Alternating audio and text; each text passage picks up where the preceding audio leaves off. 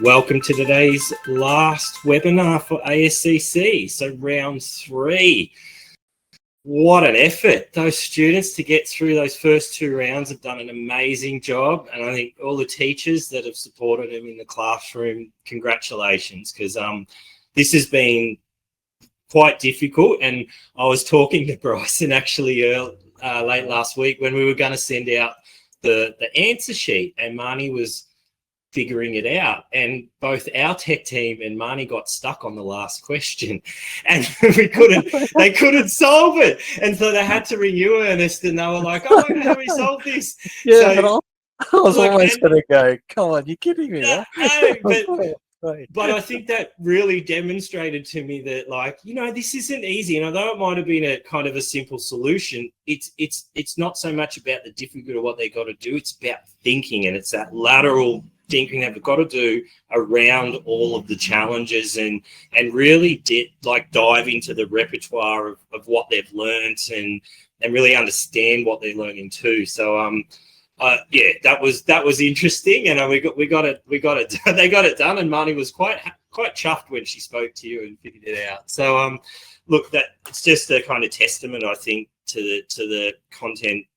Ernest, you've really had a leading part in building for this entire challenge, and deep down, I can't thank you enough for the level of professionalism and the quality of content and learning experience that you've brought to the students and the teachers. So, thank you, and thank you for your hard work. You were just saying you haven't had a long weekend, and you've worked nights and weekends, and look, all we can say is thank you, and we appreciate everything you've done, and you've made the quality what it is. So, on that note, let's knock this off, and just before we do, Rod. Yeah. Are we able to, because I don't think we had access. I remember maybe in one of the webinars we did prior to launching, we were talking about getting access to the virtual machines that the students had access to, because the one that we were initially given access to didn't have the challenge stuff in it. So challenge round 2, you should have, I believe we moved it all over, and Bryson will do it again for round 3 as well. So I'll cover that in my piece, but definitely the students that got through to round 3 will get a new link to the new virtual machine environment that we've built for the round. So we'll make sure that all the teachers get access to that as well. Have we still got access to the round 2 VM? The teachers do, but I've had to scrub the ones for all the students to get ready for the next one. That's all right. So yeah. Let me know if you have a problem with logins, but it should be the same login, the teacher login that you've got. Okay, thank you. Let me correct this. Okay, so we'll do a bit of a round 3 update today. Ernest is going to have a basic reverse engineering for malware, and ONSIT's really the tool that I just want to touch on a little bit that they'll be using in round 3, and obviously answer any questions. So we'll send out this week a bit like we do for every round, a little bit of a tech info, what to expect, but I just wanted to give you some top line stuff now. So all the certificates for students, hey Richard, all the certificates for round 2 will be in the LMS system for the students. All they'll need to do is log in, go to the round 2, and then you'll see a little button to just say download certificate. So that's for all the students that have competed so far. So if you've got more than one team, please let them know to go and download that certificate. Didn't Ernest just say he scrubbed the VMs? No, the LMS. So this is LMS. Okay. Accelerate where they do that. Yeah. No, that's okay. So this is critical, and I'll get on to ONSIT in a second, but this is where we're going in the ethics. Now, as much as this is going to be more difficult, we're taking it up a level, right? We're getting into the real deep ethical hacking space, and really, this is where students really need to understand that line in ethics. So there will be some theory units on ethics prior to these challenges, and they will need to read through them. It's really critical that they get that foundational understanding of what ethics are and how you apply them as a professional. scores will be reset. So any team in the top 17 can get through to the final. Okay. So we're not adding it on from rounds 1 and 2. I believe we did in round 2, we marked stuff live. That was much clearer for the students, I believe, and just gave them that immediate feedback. But it was a little bit clunky because they had like multiple attempts. So what we've done is a little bit of a tweak.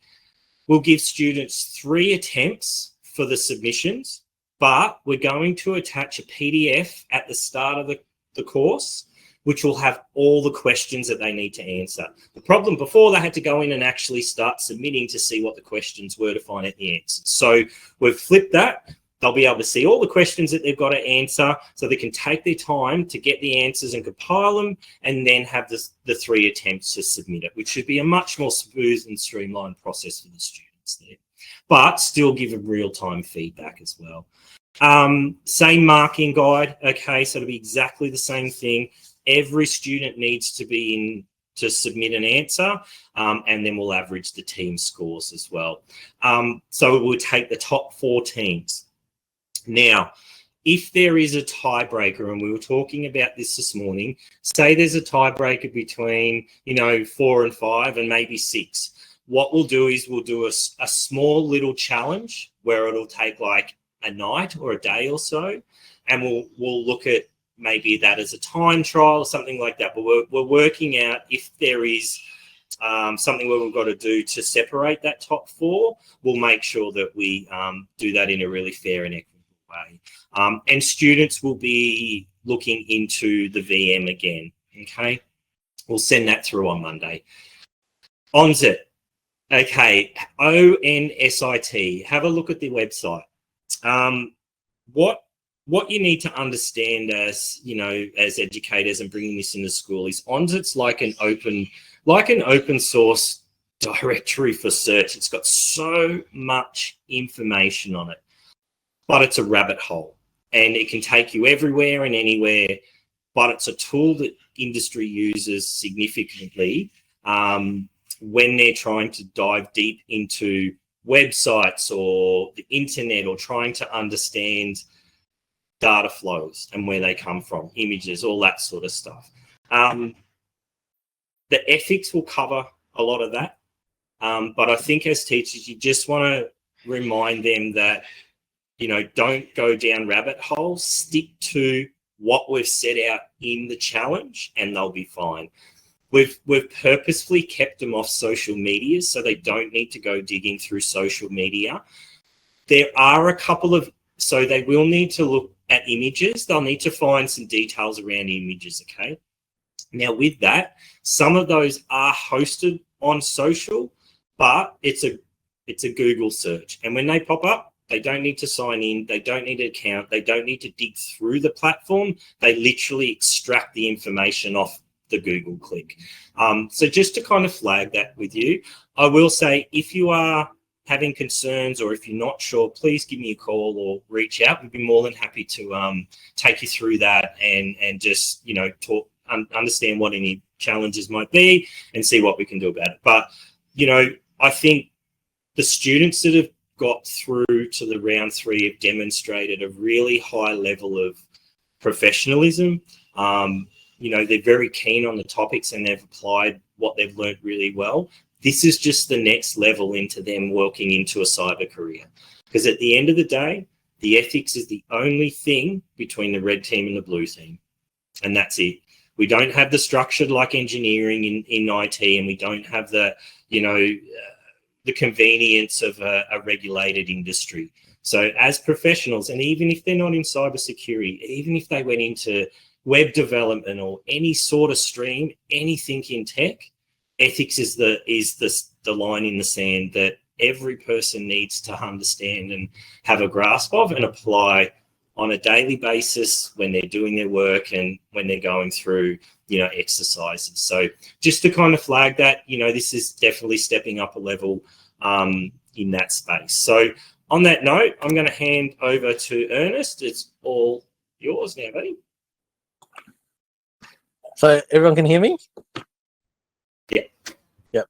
Are you doing the slides? or yep. All right. I will. I'll wait. So yeah, just to add to Ross's thing about open source intelligence, yeah, it is a growing field. There's a lot of different aspects to it. We've specifically decided to move away from the social media aspect, but there's still a lot of things that can be done. So hopefully it'll be quite an enjoyable challenge for the students there as well. I'm not going to actually talk very much about that particular aspect, but I will talk about the other two challenges that we've set up as well, which are a little bit more technical, I think. So, all right. So there are three different things I want to talk about today. So we're going to talk a bit about malware analysis and reverse engineering. Then we're going to talk about a particular vulnerability. And so there's so many vulnerabilities that are available to us, but there was one kind of a little bit relevant, and I thought it'd be interesting for the kids to dive in a little bit deeper into this one. So we'll get to that one when we get to it. And then the last thing I want to talk about is Linux, and in particular the Windows subsystem for Linux. Now, I know that maybe some of the students may have been exposed to Linux, or they might have picked it up in their free time, and that's fine. You don't have to have a Linux background to complete the challenge, but it does help. It does help. And I think that's one of the other things with round 3 in particular is that I suppose it's at this point where we've kind of like launched beyond the curriculum. And so there will be things in this round in particular that students will not have seen, or I imagine that students will not seen. If they've seen it before, then I'm a bit worried about them, but there'll be some things that they've never seen before, and they're going to have to learn some things themselves. And it's great that you guys would be there to guide them along the way. Now, some of the things I talk about today, though, will give away a lot of the solutions for the challenges. And look, I think I'll leave that to you guys as to seeing how much hints or assistance that you want to be able to give them or not. But I will give you an idea of the kinds of things that they'll be doing. All right, so first topic is malware analysis. So if you imagine what is malware analysis, if you're a cybersecurity professional, usually what's happened is some kind of incident has occurred, and you might have identified some suspicious activity, and maybe you've narrowed it down to specific files, right? So you might say, I suspect that this particular executable is a piece of malware, and how do we know if it is or not? Okay, and so that's where malware analysis comes in. And sometimes we only have access to that particular executable. Okay, so how can we know even if this file is a piece of malware, or it could just be another part of the operating system, or it could be a legitimate part of an application that is running on the PC, and how do we know it's malware in the first place? So some form of analysis has to occur. Now, there's many different options, and quite often you'll move to those other options first before you do what we're setting up for this particular challenge. So this challenge is to reverse engineer an executable file or multiple executable files. It's a set of challenges that will kind of ramp up in difficulty. So yeah, in the modern environment, there's a whole set of tools. Quite often what people do nowadays is they'll release the potential malware into a sandbox, and then they'll get it to run in the sandbox, and then they'll analyze it through there, kind of thing. But a traditional way is to reverse engineer the actual executable rather than observe it externally. So what does this mean? What does it mean to reverse engineer something? Well, reverse engineering has lots of different steps, and one of the first steps is to disassemble the executable. What does disassemble mean? It means, like, if I disassemble something, I'm pulling something apart, usually. Now, we could also attempt to decompile the executable. So that's another process of, well, reversing compiling. So some people, like, I think, you know, if you've got an IT background before, you would have done some programming and realized, how does programming work? So let's look a little bit at this from a theoretical concept before we get into the more deeper malware or the reverse engineering type things. Let's go to the next slide. All right, so let's look at programming languages and what happens with programming languages. Well, I guess this slide, which I've picked up off the internet, actually is a little bit reversed, right? Whenever we talk about programming, most of the time, whenever you do stuff, you're doing stuff in high-level languages.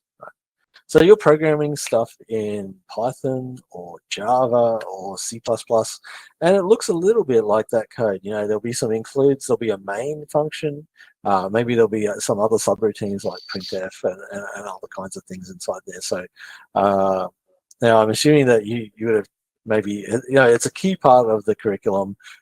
Most people will be programming, or at least teaching the higher grade students to program. So I guess Python might not be unusual for most of you. Okay, so yeah, so that's what happens with programming languages. So there are a set of programming languages which are compiled languages. So like C is a compiled language. So what happens when we do a compiled language? So there's two different types. So there's an interpreted language, which is like Python, and then there's also a compiled language which generates an executable file. Okay. So so from the high level language, a C program will get compiled. But what happens to it when it gets compiled? Well, the compiled program takes the high level language and converts it into assembly language. So assembly language, you can see in the middle there, is a set of limited instructions, but those instructions are actually associated with the hardware, right? So associated with the CPU in particular that the program will run on. And this is the kind of thing that is kind of tricky, because programming languages are all specific to the underlying the assembly language will be specific to the underlying hardware that's running. So the assembly languages for different hardware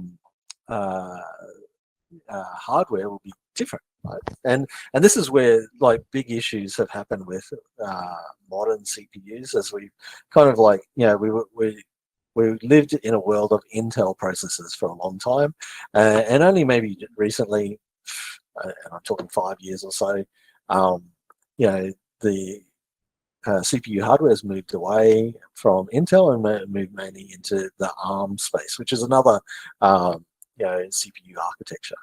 And you might have come across it when you buy new Apple computers, and you would get, you know, the salespeople would try to sell you an M1 or an M2, M3 chips, and these are all Apple chips that are based on the ARM architecture. Anyway, ARM architecture, Intel architecture, they will have different assembly languages. So, but assembly languages look like this. There's a command, and then there's parameters, two sets of parameters to do things. And they do things at a lower level. They're doing things at the CPU level, moving memory around and things like that. The assembly language actually deals with structures such as registers. So registers are, like, you know, pieces of memory, like fast memory, but also deals with stacks and other kinds of things that are within memory of CPU. So again, maybe a little bit out of a lot of people's area, but this is deep into computer architectures.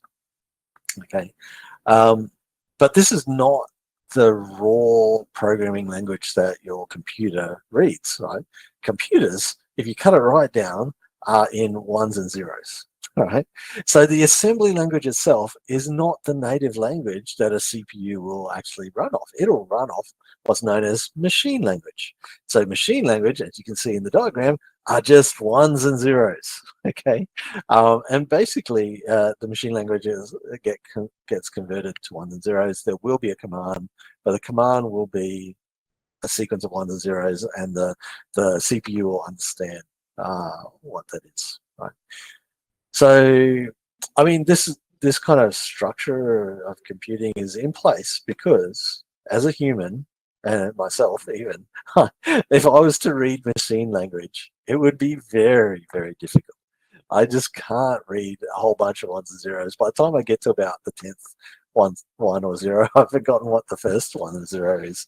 So yeah, it gets really hard. So that's why we have these different levels of abstraction. Okay, the assembly language is one level of abstraction above machine language, and then the high level language is one level of abstraction above assembly language. Right. So we don't normally program in assembly language unless we're doing things for a specific piece of hardware. So the great thing about high level languages is you can write a program and you can take it to other kinds of hardware or kinds of, you write something in Python, you can take it to any other computer and pretty much it'll run the same, right? But what's happening is that it's getting converted down this path into the machine language for that specific machine. Right. And there might be different paths. So things like Java have a Java virtual machine, and the Java virtual machine does the translation into the local assembly language for that particular piece of hardware. Right. So yeah, they do tricky things like that. And of course, the traditional languages like C, C++, whatever, that are compiled languages, the compiler actually does the conversion of that language to the local assembly language. All right, let's go to the next slide. So hopefully this will dive a little bit more deeper into this process. So we have our high level language, C++. It gets compiled. Now the compiler has a secondary job, which is actually picking up any errors, syntax errors and things like that, which I live with syntax errors. In fact, it's hardly ever a time where I've written a program and it's compiled itself automatically. But anyway, the main job of a compiler is not to pick up my syntax errors, but is to actually convert the code to a lower level language, right? And usually there's an intermediate language, which is the assembly language, right? And then we go to the next level. So Ross, to the next one. Next slide. We get assembly language, and we convert that using an assembler and a linker, which links all of our external libraries together. So libraries are, we could imagine them as being pre-compiled. They've been compiled previously, and we're joining those libraries together with your particular program and converting it into machine language. So once we get to machine language, that's something that the processor, the CPU, can understand, right? But this process of creating a program is all there, so it's easier for us to actually do things. Humans can understand things up at the high level language, but there needs to be a process to convert the high level language to the lower level machine language that the processor can understand. Now, it is important to realize that there is the assembly language step in between, okay? Because basically when we do reverse engineering of executables, we don't have the high level language code with us anymore. Like usually the person who's written the malware doesn't accompany the malware with the code so we can understand what the malware does. They're not nice like that. They're usually very nasty people. So they don't actually give us help with trying to defeat their program, right? So all they send us usually is an executable, and we have to work out what the executable does. Unfortunately, the executable, which we get, is in machine language, right? It's a bunch of ones and zeros that the processor will understand.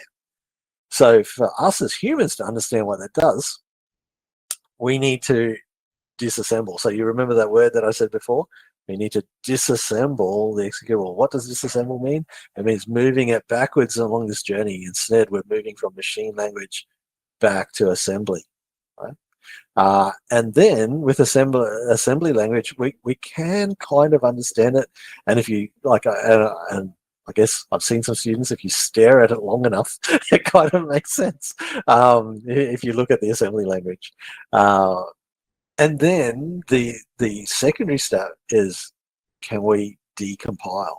So decompile, reverse the compile process and take it from the assembly language to back to higher level language. Okay, so this is the whole process of reverse engineering. So if you're going to engineer something, you're going to build something. So if you're going to engineer a program, you're going to build it. It goes from high level code, assembly, machine language. But we're going to reverse engineer it. So we're going to go backwards. We're going to go machine language, assembly, high level code. Right. Let's go to the next slide, Ross. It is very difficult to reverse engineer an executable file, and you would not do it by hand, right? And so if humans can't do things by hand, they will use a tool. And most of the tools that we have are other programs. So there are other programs. There are disassemblers. There are decompilers that we can use, okay? But that's the whole aim of reverse engineering an executable, is that we want to move it back to something, some kind of state where we can understand what's happening. Okay. So we can move machine language back to assembly, and there are many tools that do this. One of the most widely used tools is called IDA Pro, and there is a free version of IDA Pro, which we will install on the virtual machines for you. There is IDA Pro used to be like the king of the heap for many, many years. There were no competitors, right? However, recently, because the cost of IDA is just huge. Licenses are in like thousands of dollars annually, kind of thing. So, people started going, oh, maybe it's good enough for me to actually write my own. So there are some free, like open source disassemblers and decompilers out there. Ghidra is probably one of the most popular ones. But if I get time, I'll also put that one on the virtual machine for your students to try out if they like. However, IDA tends to be a little bit ahead in terms of the algorithms and stuff that they use, because they've been around for so long. Ironically, the interfaces look very, very similar. So yeah. But anyway, for today and for your students, they can use IDA free. Let's go to the next slide. All right. So let's walk through what a little bit of analysis would look like, and certainly these will be very close to the types of challenges that we'll be asking students to do. We won't be asking them to do analysis of like real big pieces of malware, but we will ask them to steadily work their way through an increasing complexity small programs. So we would have a small program here, like, welcome to Easy Crack Me, what is the secret? And then asking the person to type in the secret. If they type my secret in, then get a message back, better luck next time. So this is a very simple program. It takes as input a string from user, it checks it against the password, it's got hard coded inside it, and then prints out better luck next time, or well done, you got the password, right? You know what the secret is. So it's just a if-else type thing, and printing to the screen. Right? So very small programs, and certainly the very first challenge is pretty much something like this. All right, let's go to the next one, Ross. All right, so when you're doing analysis, you might want to check out what kind of program it is that you're evaluating, and quite often if you are you don't have to be on the same operating system. So you can use Windows to analyze a Linux executable. You can use Linux to analyze a Windows executable. So in this case, though, we are analyzing a Linux. So this, by the way, all these screenshots, for those people who don't know, are from a Linux prompt. Right, so it's a Linux machine.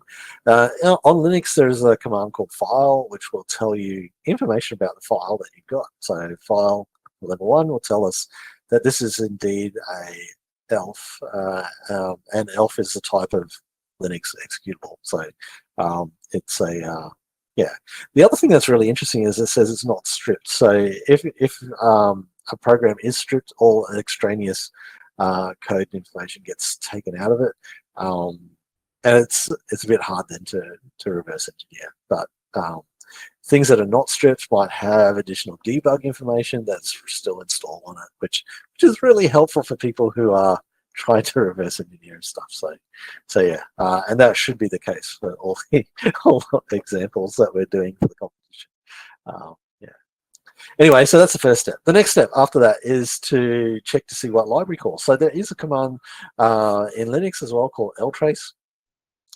Which will allow us, to find out all the functions that get printed, any library calls. So certainly the most popular library is standard input output, and so you can see all the parts of the program which actually accesses the standard input output library, and you can see here there's two functions, mainly printf for printing things to the screen and scanf for reading things in from user input, and you can see, well, all the strings, all the things that are going to come out on the screen at some point during the program.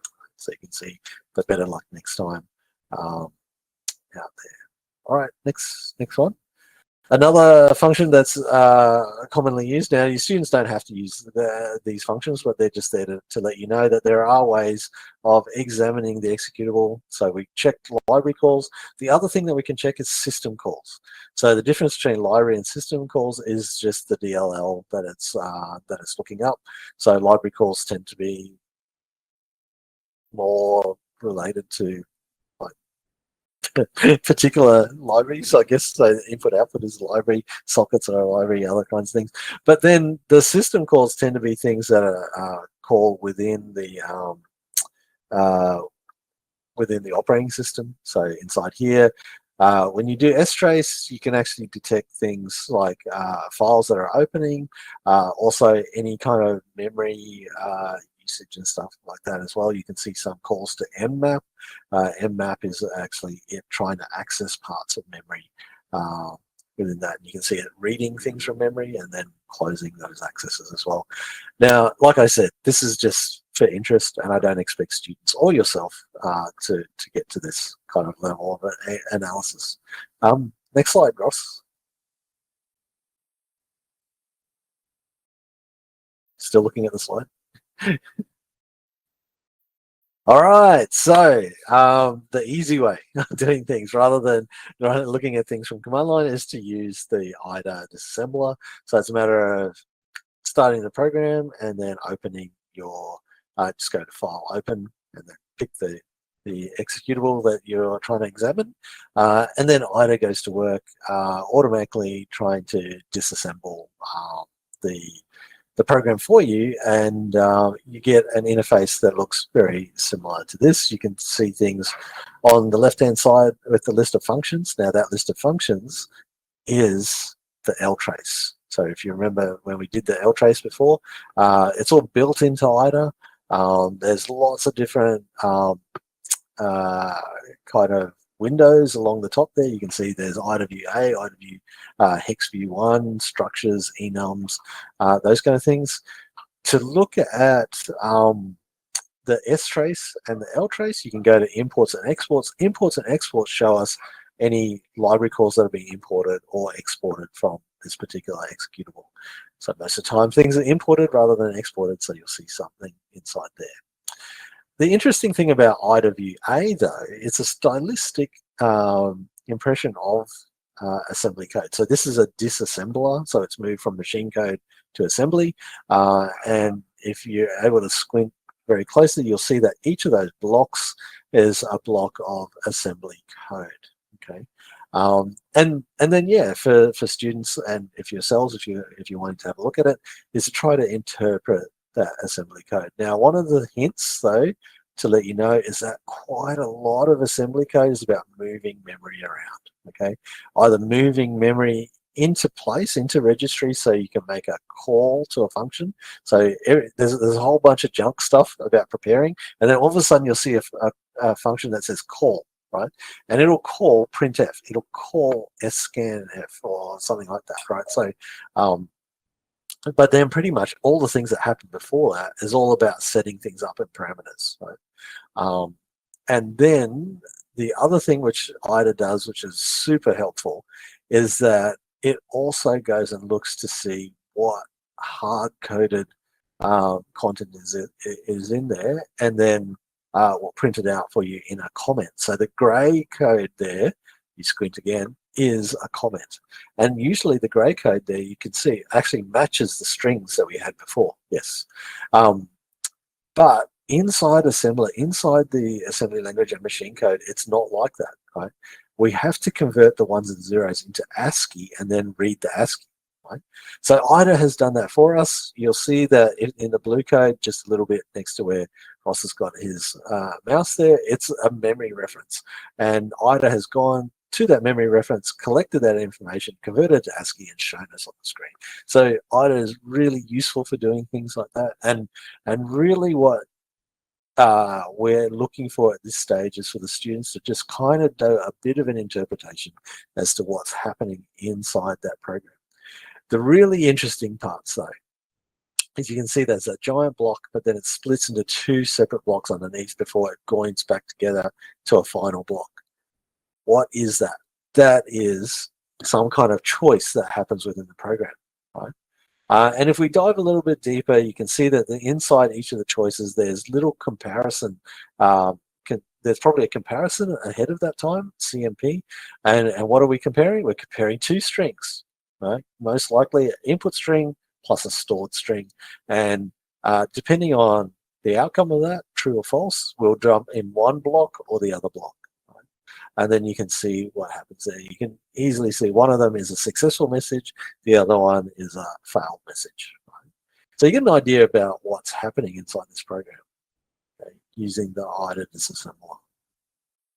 There are many other things that you can do from IDA, and I recommend the students, if they've got time, or yourself, to go and look at the help. The user documentation for IDA to get used to it.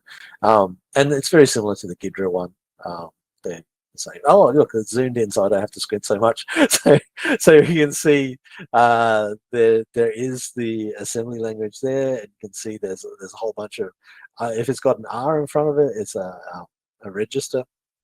And you can see the string has been conveniently put in place for us by IDA for us. Right? So you can see, welcome to Easy Crack Me. What is the secret? Okay. All right. Yeah, so I forgot about that slide. So yeah, next. So it is possible to follow the assembler to understand what the code is doing. So as we do the challenges within, round 3, we'll be going up in levels of difficulty. So we'll start easy, get people used to using the tool, and then we'll start getting hopefully more difficult. But there are some very smart kids out there, as I'm finding out, so very likely people might finish the whole challenge all the way along, but it'll be interesting to see. So inside here you can see there's a thing for checking a password, and you can see in this case they're checking the password one letter at a time, and so there are some tricky things that you can do within a program. So this is not the way you would normally do it, right? But you can write a program if you know that a program is going to be disassembled. So again, if you're a professional malware writer, if you know that someone's going to try to analyze your code, you can rewrite it in a tricky way, such as one character at a time, to try to defeat the assembler. So yeah, it's yeah, some of the later challenges are going to be a little bit like that. So just expect it to be a lot more complex, a lot more jumps, and a lot more comparisons and all kinds of things. So IDA will assist by providing comments for fixed values. So you can kind of try and see that a particular value here is compared against a constant S. The next value is being compared against a constant U, and then the next value is being compared against a constant D. But of course, if you follow the code enough, you can probably see that the first 3 letters is SUD of a particular string that they're checking. But this doesn't happen. Like someone has specifically written the program to make it look like that. Yeah. So it's important to know a bit of assembler and how many assembler languages. Oop, we can go back. I was going to read the last bit of that. Yeah, there's many assembler commands, and like I said before, they're linked to CPU, right? So in this case here, we're linked to Intel CPUs because it's an Intel CPU on your virtual machine, right? But so again, when the students get into this, it might be useful for them to look up online a assembler cheat sheet and try to work out what all those commands. So you can see there's some commands there: push, move, and then CMP is to compare, and then J and Z is jump, if not 0. Okay. Yeah. All right, let's go to the next one, Ross. All right, so I did say before, it is very difficult to move from assembly language to compile, like to higher level language. Having said that, IDA does provide this, and so does Ghidra, right? But it's not perfect, as you can tell. So here's an example. You can see that very first box. There is our assembly, and the tool has made an attempt to move it up to a human readable language. So that's a C conversion of assembler to C. And if you read through the C language, it's still not very helpful. But it is kind of a little bit more readable. You can see there's an if else and returns and stuff like that. But the contents are still a little bit of a mystery as to what's inside them. But it is possible. So to get to this stage, there's a menu item. You can go view, open subviews, and change it to pseudocode. That's what that box on the right hand side is. It's pseudocode in terms of IDA's made a guess. Of course, that is not the original code that the malware writer or the programmer has put together, but it's something that the program has done. So it's not perfect. It's still difficult to interpret, but this is what happens when you are analyzing and reverse engineering malware. A lot of it is a bit about art and making a guess and seeing how it works. So yeah. So it is possible, and I encourage the students to get, if they get to that stage, to look at those kind of things. All right, next one, Ross.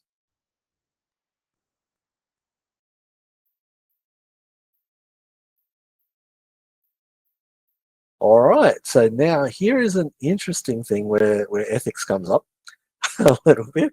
So it is possible to do what's known as patch a binary, right? And I'm not sure if a lot of you guys have done it, like maybe you have, if you had a misfed youth. But what happens is that the tools like IDA and Ghidra, you can do what's known as patch a program. So what you can do there with patching is that because we're down at the assembly language, and we can, it basically means we can change the assembly language. So you can identify a particular piece of code and say, hey, I don't want you to run that piece of code. I just want you to skip over that, go to something else, right? So the disassembler can be used to change the behavior of programs, such as skipping license checks. And so if you do identify, these are quite reasonably obvious. If you can identify where people need to insert a serial number, say, you could probably find that. sometimes license checks nowadays require a call home. So any kind of socket call back to a particular IP address or host name, you could just conveniently skip that thing and go to the next part. It can get a bit tricky if you you need to set a flag or something like that, but that could easily be done with this kind of tool as well. So if the students ever get to this stage of skill, there'll be a lot of people who want to employ them, but yeah, so maybe they'll never have to pay for software again. But the other thing is that, with great power comes great responsibility. It is possible, okay, to get that stage, and this is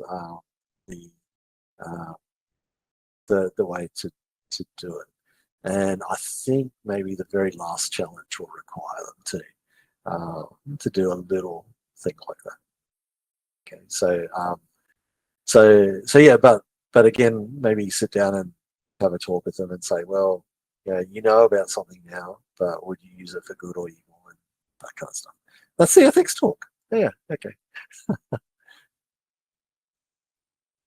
All right, let's go to the next one. All right. Oh, we skipped a whole bunch of slides here.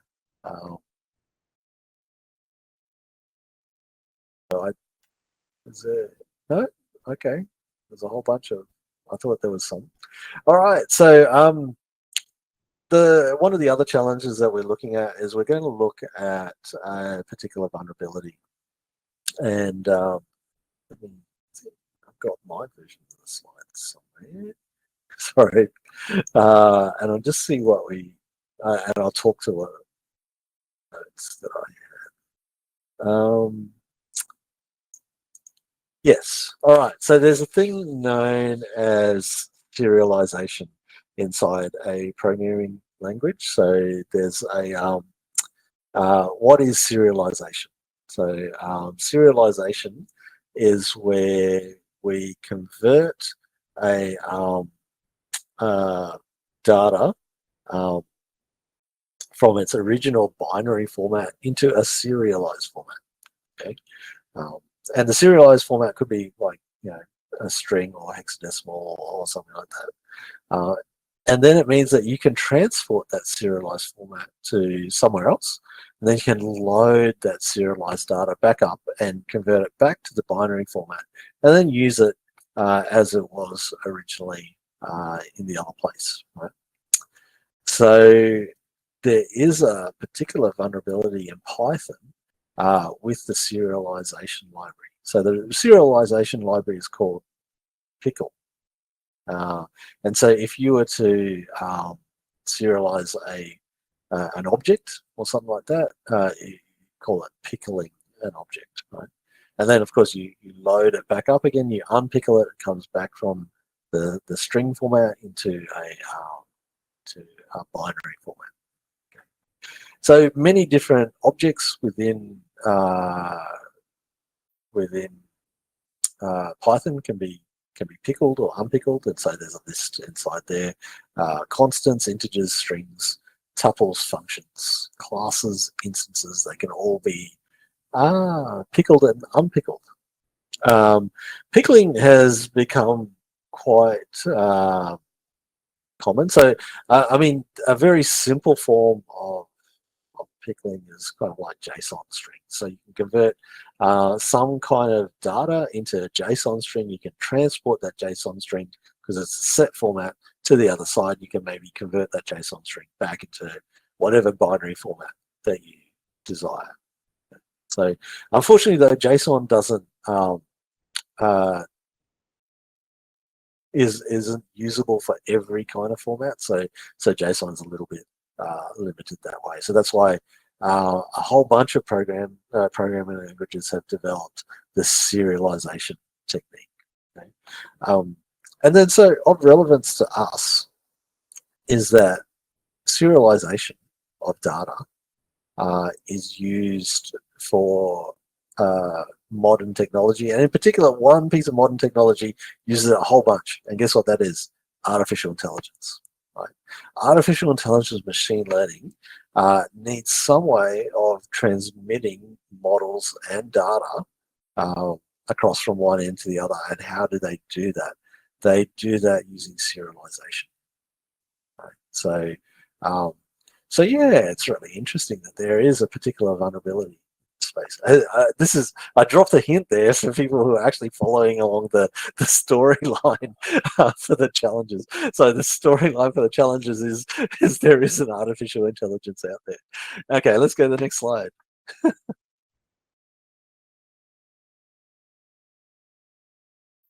All right, so yeah, I think we missed a few slides on what can be serialized and what can't be serialized. There are two functions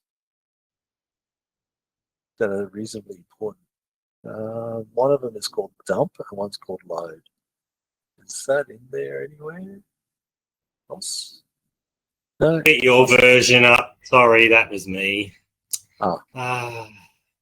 Don't trust me to do admin, mate. I'm hopeless. Sorry. Yeah. No, I was crazy today. Let me find where you were. Okay. Oh, yeah. Of course. I missed it. All right. Here we are. Share screen. Can you see this? That one. That's the slide. That's the slide. We need that one. Got it. Okay. These are the I'll intro update slides. I'll send them out. Don't worry. We can miss the intro slides, but we need that slide. Number 19. Number 19. That one. Yeah, number 19. We can go from there. Okay. That's the super important one. Go for it. All right. So these are the two functions that actually do the serialization. So you need to be able to go pickle dump or dumps, which means dump the create the serialized data. Or get the data and serialize it into a set of bytes, right, or a string, right? So that's what dump does, is it creates the object, right? And then the other one that's really important is loads. So loads will then get the serialized bytes and convert them back into a binary object. Okay. Does that make sense? So those are the two things that are super important, and your students will need to know about them and maybe even write a program that does that, because if we go down a few more slides back to where pickling. Yep, let's go down. Back to the one with the red box. Yeah, that one, because the red box is what I want to point out. The pickle module is not secure. Oh. Go back up again to the red box one. Yep, there we go. Yep. The pickle module is not secure. Only unpickled data you trust, right? Because do you know what happens with pickling? Pickling, when you load that data, it automatically it says it is possible. Oh, that's the next line. It is possible to construct malicious pickle data which will execute arbitrary code during unpickling. So it's possible when you unpickle data that it will automatically run that data, right? Whatever it is. Oh, okay. Yeah.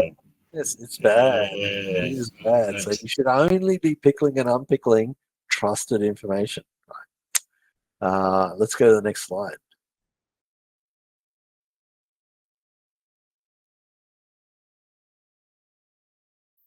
Next slide, Ross.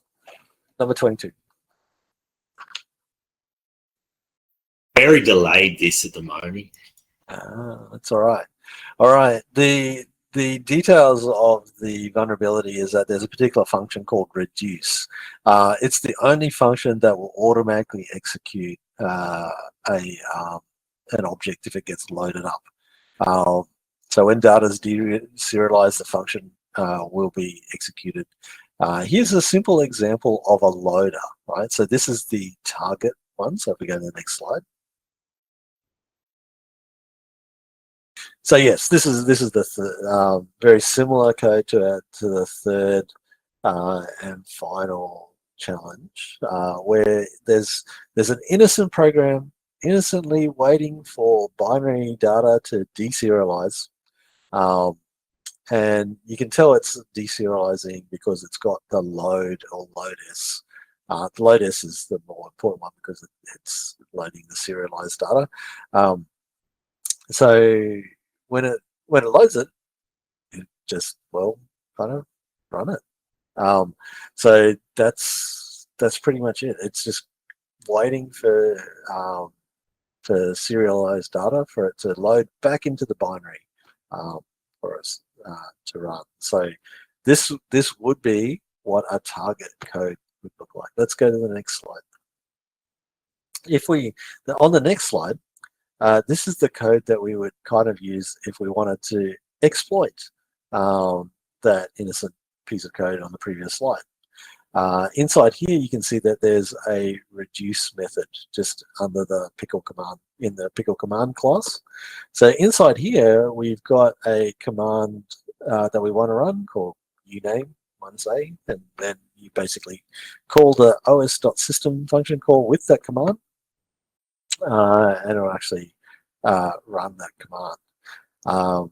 After setting up the reduce function, we create the object that has it inside it, and then we call dumps to send it over to the other side. So, or send it to the waiting program that will then convert it from serialized data into binary and then accidentally run it. Right. So when the data loader reads the data file, it will execute it. Okay. Let's look at the next slide. And so the next slide actually shows the output of these two programs running. At the very top, we've got our pickle command builder at the top, and that's the thing that would have showed just the previous one, which will actually create the vulnerable code, the attack for us. And so you can see here we did a cat of the serialized data, and it's pretty small. It's just that little string there, third line in, right? And so that third line in is actually, it's a base64 version of the serialized code. Of course, if we did a cat of something that wasn't base64, it would just be like lots of ones and zeros and not display very well. But then when we do the fourth line and we actually run the loader software, it will pick up the data.txt file, the data.pickle file, and then basically try to serialize, like convert it from serialized to binary. And when it does that, it actually executes the code, and you can see it executing the uname command. So uname -a will return the operating system, and you can see here it returns the Linux operating system information down there and puts it out on the screen. So it's able to execute whatever that command was. Okay. So when we run the script, it'll create two data files, a data pickle file and a text file, data.txt. And then if we load these two things up, it will actually execute the command that's inside the data.txt file. All right, next slide, thanks. So this is a vulnerability within Python.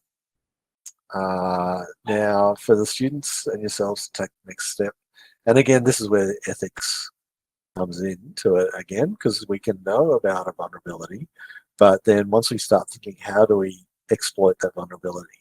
So these are the steps that you would kind of take, and I guess this is the kind of thing that students need to think about. You know, we would craft the malicious data, so that's putting together the code that had the command inside it. Then we need to somehow get that data to the vulnerable load program. Okay, so where is that vulnerable load program? It's part of the challenge, but once you find it, then how do you upload the malicious data to it? Once it gets uploaded, though, that's step 2 is injection. Step 2 is uploading it. Once it gets uploaded, then the execution will automatically happen. But what do you want it to execute? Okay. So these are interesting things that a penetration tester would need to think about. You know, first of all, we've got to craft our payload, our malicious data. Then we have to get the malicious data to the vulnerable system. So inject it, step 2. And then thirdly, what do we once we delivered this payload, what do we want it to do? What is the execution, right? So let's go to the next slide, and I'll give a little bit of a suggestion as to what the students could possibly do. Ross, are we waiting? Okay, cool. So again, this is a little bit more advanced. I mean, we're getting deep into penetration testing here, but this is probably what you would do. You know that we've got something green, the green system there. We've got somewhere there'll be a data serialization program is waiting for data to come for it to you know, deserialize. So what does us as a penetration tester and attacker need to do? First, we need to create a malicious code, but what kind of things do we want it to do, right? We could get it to, you know, delete all the files, right? We could do that if we wanted to, and, you know, but what is the purpose of that? So, you know, RM to delete things, or we could do something such as run a shell, a reverse shell. So this is another technique which people might not have done before. But what a reverse shell does is it basically tries to connect back to the attacker system, right? So as long as the attacker system has got a listener waiting, then as soon as this code is executed, it will reach out back to the attacker. So that's what a reverse shell does. Okay, and my suggestion to the students is to look at that technique and see how would they implement it using this particular vulnerability. So there are multiple advanced steps of thinking here, but you know, this is round 3. So yeah, and again, it goes without saying that, you know, we're deep into ethical and possible unethical behavior here. You know, this is a known vulnerability that is in the wild. You know, students are to only do this kind of stuff on the virtual machine for the competition, if that makes sense. Yeah. All right. Questions, possibly? All right. Okay, we can go to the subsystem for Linux. I know I talk a lot. So some of the things, especially with that previous challenge, it might be useful to have some kind of Linux commands to do things. And so we're going to install a Windows subsystem for Linux on the virtual machine as well. So it allows students to be able to execute some Windows commands. I'll probably set up a particular distribution, maybe Kali or Ubuntu, and so students and yourselves can get access to the Linux file system. So what is the Linux subsystem for the Windows subsystem for Linux? If you've never heard of it or used it before, let's go to the next slide, and we'll give a bit of an architectural overview. Basically, it was very interesting when I first saw it happen. I thought, wow, Windows has capitulated and just accepted that Linux is a good system, and so they've just absorbed it into part of their own. So basically, it's a mini virtual machine within Windows. It's a Linux virtual machine, a Linux kernel that's fully embedded within the Windows system, right? So so yeah, it's not a full virtual machine, but it allows you to run Linux commands from a Windows command line if you wish. All right.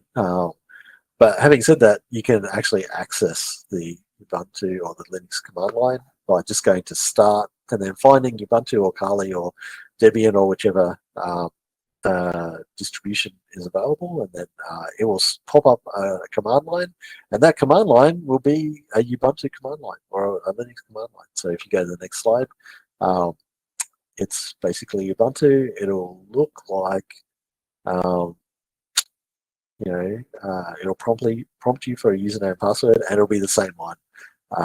You know, lab user and hash ASCC 2025, and then you log in, and it'll be just like you've got a Linux command line there.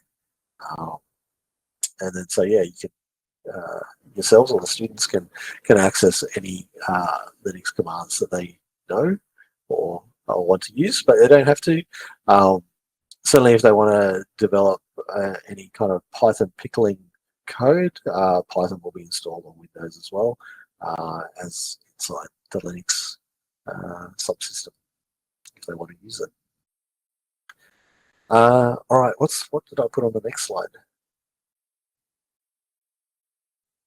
WSL in the competition. Yeah, we'll install it inside the competition. Yeah, it means the students will have access to Linux tools if they wish, but you don't have to absolutely need to use them if you don't want to.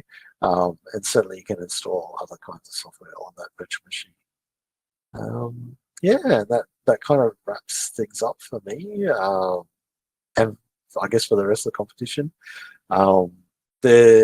these are the references for the slides that I've used along the way. Interesting talk on IDA-free and Python deserialization there. There's numerous online YouTube videos from many different people, so yeah, students can look at those things as well. Great. So awesome. Any questions? All the attendees talk as well, so you should be able to. The thing is, you'll realize that we have upped the level of difficulty. I think yeah. So and there is an expectation here that not everyone will finish, but maybe there will be some. So yeah, but there's three main challenges. There's the open source intelligence one. There's the reverse engineering one, and then there is the vulnerability exploitation one, and we've chosen a particular vulnerability here, which is the Python pickling one. But in the real world, finding what that vulnerability is a major part of the puzzle as well. So yeah, but at least we've let the students know. So does anyone? Go for it. No, go for it. No, for the open source intelligence one, I haven't talked about it very much. We haven't really given any kind of guidance, but students who are allowed to Google things, so Google and learn different things, and yeah. But again, as Ross said, we've moved away from, or we've moved away from any social media type open source intelligence. So it's mainly geolocation type things, challenges. Yeah, awesome. Does anybody have questions? And I suppose, is everyone, I think you've raised a really good point. Is like, this is probably an opportunity for all the teachers to have that ethics discussion before the students start getting into round 3. So, maybe on the Monday or something, just have that quick chat around what it is and, what they've got to understand about it. If you'd like information or if you'd like anything for that, reach out. Happy to supply that. But I think in addition to the units that we've put in there, it's probably a good idea just to flag it, because we're getting into some really deep cyber concepts here. And I think this is why we pushed these types of challenges to round 3, because we didn't want to kind of leave it open to the masses, and really focus on the students that have really excelled to date and have really demonstrated the talent in this area. So did anyone have any specific questions before we wrap up today?